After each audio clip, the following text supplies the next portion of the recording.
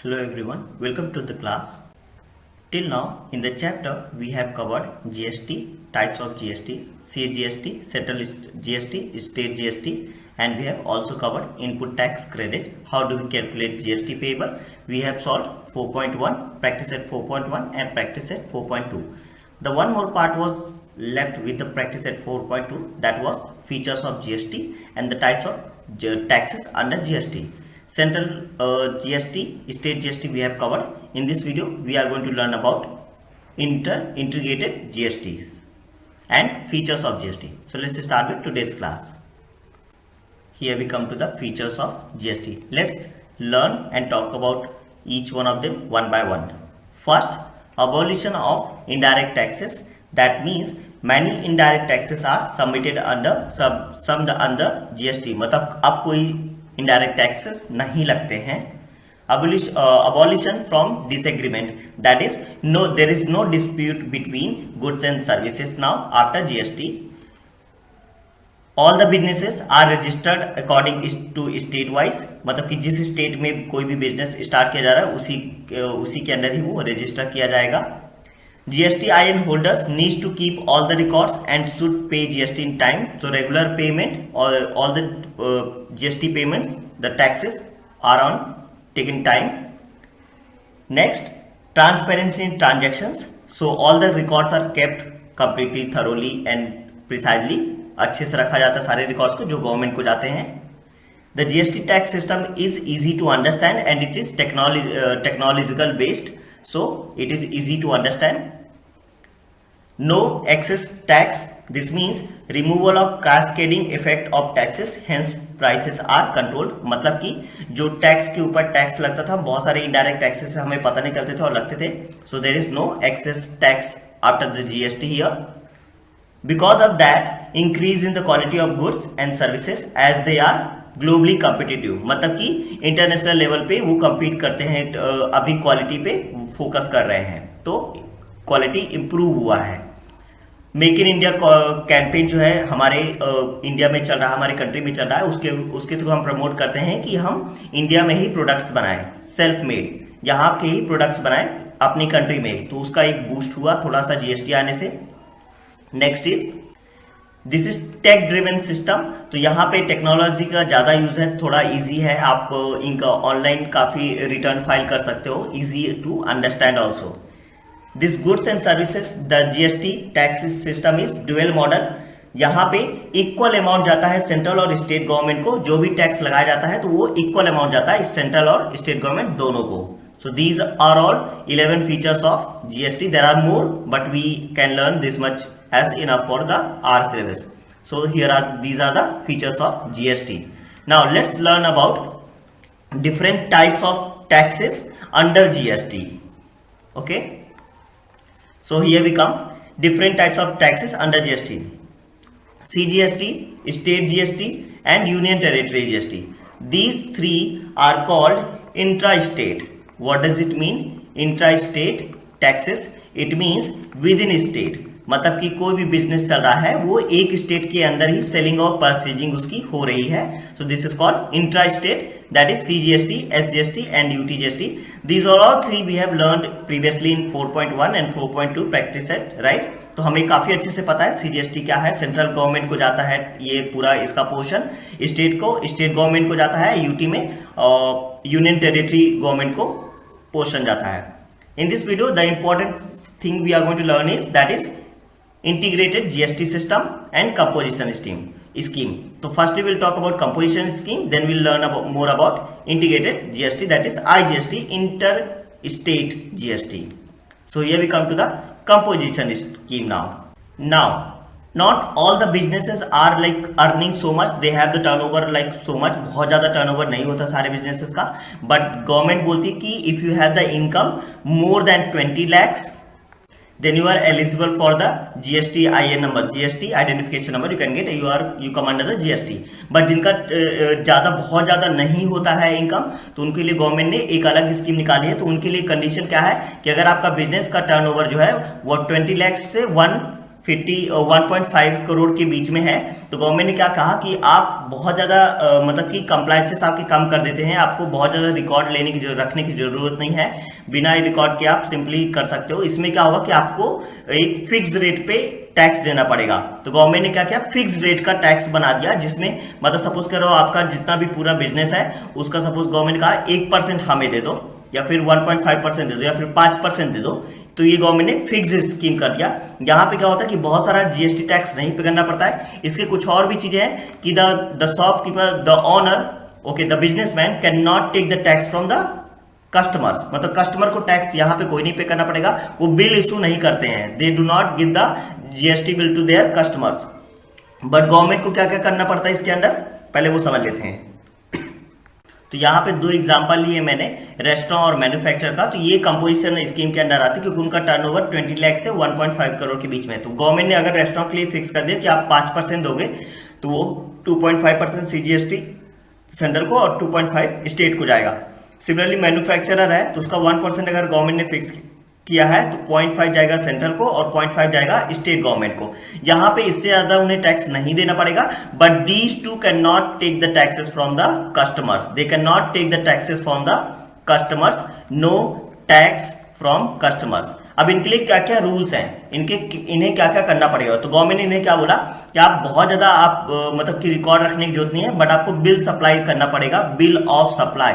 मतलब कि यहाँ पे आपको रिटर्न भरना पड़ेगा, रिटर्न फाइल कहते हैं उसे। मतलब कि जो आपकी जो सप्लाई है, जो आप परचेज कर रहे हो कोई भी सामान, गुड्स का जो बिल है, वो बस आप रिकॉर्ड करके गवर्नमेंट को भेजते रहो एवरी क्वार्टरली, मतलब क्वार्टरली हर 3 महीने में भेजते रहो, इन एवरी 3 मंथ्स।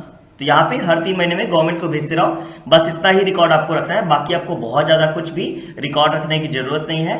तो ये सारी चीजें आती हैं कंपोजिशन स्कीम के अंदर, जहां पे टर्नओवर कम हो तो आप कैसे फायदा ले सकते हो जीएसटी के अंदर।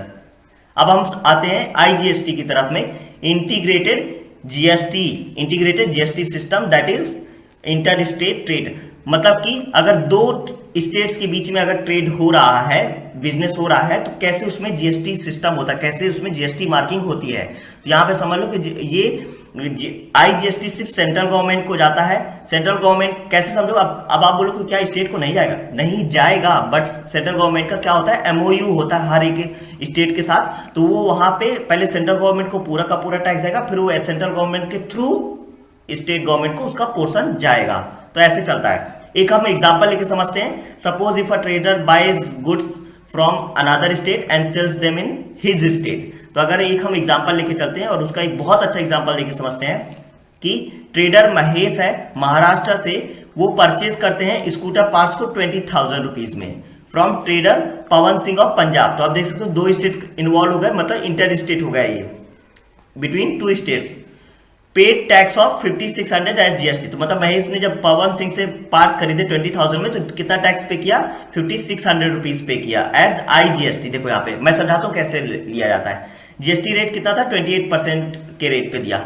जब ट्रेडर महेश अपने महाराष्ट्र में लेके आए पार्ट्स, और महाराष्ट्र में उन्होंने कस्टमर को, कंज्यूमर्स को कितने में बेचा, 25,000 में बेचा, 25,000 में, और कितना टैक्स लिया कस्टमर से, यहाँ पे 7,000 रुपीज लिया। ये आईजीएसटी है, इसमें टैक्स बराबर लगेगा, ठीक है, समझते चलना। और ये बाइफरकेट हो। अब समझो, देखो यहाँ पे होता क्या है, जैसे महेश ने, सपोज एम ने पवन से लिया यहाँ पे, तो यहाँ पे महेश ने पवन को कितना टैक्स दिया, 5600 रुपीज दिया, यहाँ पे ₹56। तो ये पूरा का पूरा गया आईजीएसटी, मतलब स्टेट को जाने वाला, ये इंटर स्टेट जीएसटी हो गया। ये समझ में आया, ठीक है। अब देखो, अब ये इंटर स्टेट जीएसटी ये डिवाइड होगा, लेकिन कैसे होगा पहले हम समझते हैं। जब अब महेश अपने स्टेट में आता है, महाराष्ट्र में आता है, ठीक है, चंडीगढ़ से खरीद के महाराष्ट्र में आया, तो इसने यहाँ पे कस्टमर्स को सपोज इसने कितने में बेचा, 25,000 रुपीज में, और कितना कलेक्ट किया जीएसटी, 7,000 रुपीज कलेक्ट किया। तो इन्होंने कस्टमर से इसे मिला 7,000 रुपीज मिला। अब देखो, ये विद इन स्टेट है, ये वाला जो बिजनेस है ये विद इन स्टेट हो गया, विद इन स्टेट।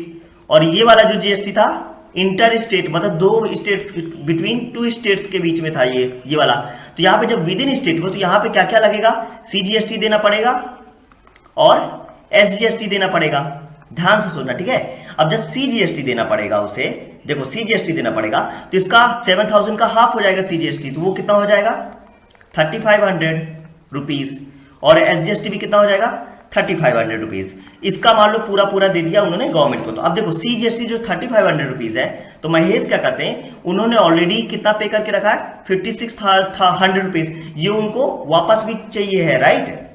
ये उनका इनपुट टैक्स था ना, ये उनका इनपुट टैक्स है जो लगाया था महेश ने, तो ये उनको क्लेम होना चाहिए। ITC क्या कहता है कि जो तुम्हारा टैक्स इनपुट टैक्स है वो तुम्हें क्लेम क्रेडिट हो जाएगा, राइट।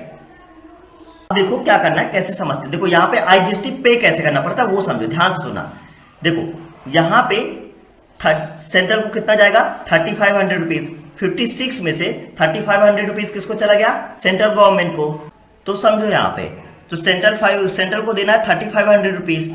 अभी IGST के से उन्होंने क्या किया, 3500 रुपीज ऑलरेडी IGST के हिसाब से पे करके आया था, मतलब 3500 रुपीज 56 में से कट हो गया।